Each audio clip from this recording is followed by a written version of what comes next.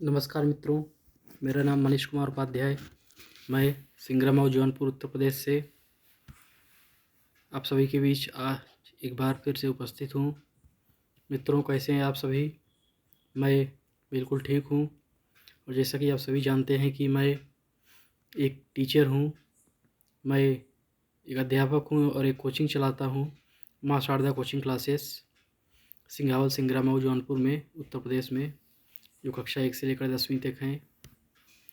मित्रों, और जैसा कि आप सभी जानते हैं कि मैंने बीएससी और बीएड किया हुआ है। तो मित्रों, आज काफ़ी दिनों के बाद समय मिला तो हमने सोचा कि आप सभी से क्यों ना सोशल मीडिया के ज़रिए मुलाकात की जाए। मैं तो बिल्कुल ठीक हूँ। आप सब कैसे हैं, कमेंट में ज़रूर बताइएगा। और कल जैसा आप सभी जानते हैं कि महाशिवरात्रि का त्यौहार था, तो आप सभी ने महाशिवरात्रि को बहुत ही धूमधाम से मनाया होगा, ऐसी आप से उम्मीद करते हैं। और जैसा कि आप सभी जानते हैं कि महाशिवरात्रि को इसलिए मनाया जाता है क्योंकि ऐसी मान्यता है कि इस दिन सागर मंथन के दौरान विष निकला था, जिसे पूरे ब्रह्मांड को बचाने के लिए भगवान शिव ने स्वयं पी लिया था। इस वजह से उनका कंठ नीला हो गया था और उन्हें नीलकंठ की संज्ञा दी गई। और साथ ही ऐसी भी मान्यता है कि इस दिन भगवान शिव और माता पार्वती का विवाह संपन्न हुआ था।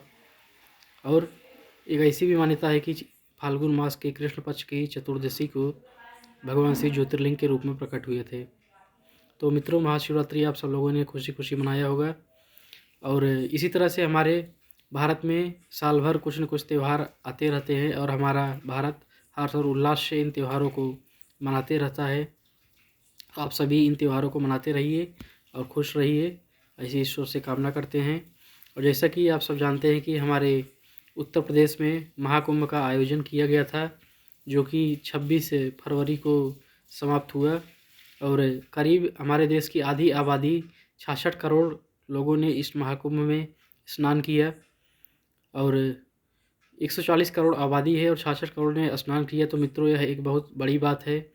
यही हमारे देश की सांस्कृतिक विरासत है कि पूरे देश भर के लोग, दुनिया भर का जो सबसे बड़ा आयोजन, सबसे बड़ा मेला जो कहा जाता है, वह महाकुंभ है। और इसमें लोगों ने, बहुत ही सौभाग्यशाली वे लोग हैं जो आकर इसमें स्नान किए।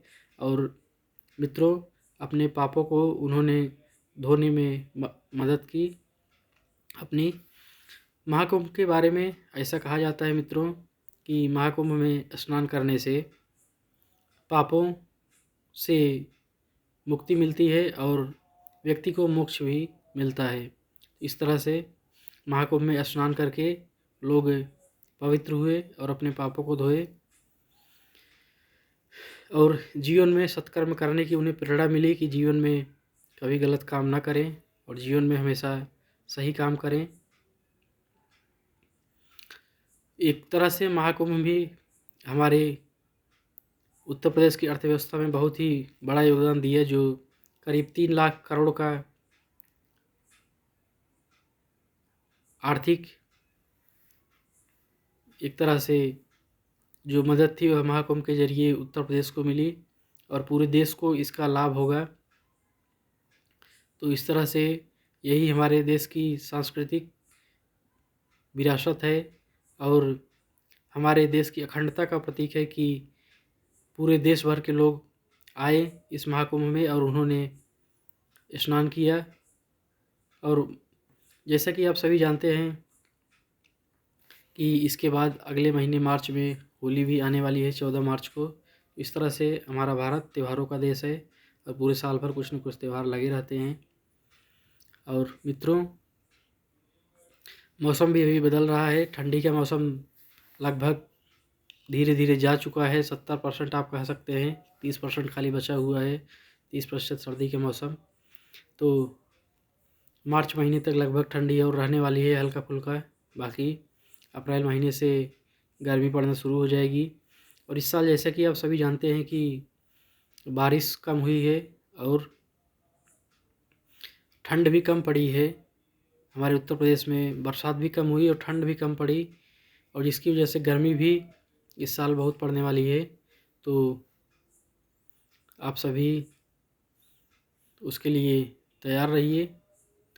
और इसका कारण आप सभी जानते हैं, आजकल तो हमारा समाज बहुत ही पढ़ा लिखा और विकास कर चुका है।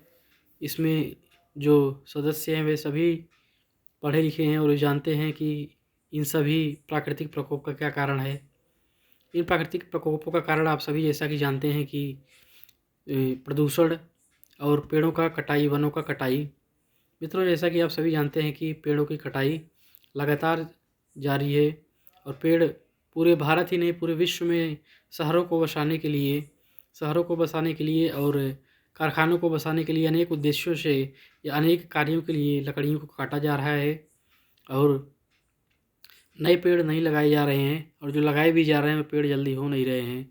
तो आजकल तो ये हालत हो चुकी है कि अगर घर भी बनवाया जा रहा है तो उसमें खिड़की और दरवाजे भी सीमेंट के बने हुए आ रहे हैं। तो इस तरह से लकड़ी का कमी से आगे चलकर लोगों को बहुत ही समस्याएं आ सकती हैं। लोगों को पर्याय ढूंढने पड़ेंगे कि वे सीमेंट के दरवाजे, सीमेंट के खिड़कियां या सीमेंट के तख्ते इस तरह से, या लोहे के दरवाजे इस तरह से सब बनवाएं। तो मित्रों, एक तरह से आप कह सकते हैं कि वनों की कटाई को बचाना भी चाहिए कि जंगलों को ज़्यादा न काटा जाए, पेड़ों को ज़्यादा न काटा जाए और ज़्यादा से ज़्यादा पेड़ों को लगाया जाए। तो हम सभी को पेड़ों को लगाना चाहिए। और मित्रों, इसी के साथ हम अपने वाणी को विराम देते हैं और आप सभी स्वस्थ रहिए, तंदुरुस्त रहिए। आपसे फिर मिलेंगे और आप सभी को यह वीडियो कैसा लगा ज़रूर बताइएगा। नमस्कार, बहुत बहुत धन्यवाद।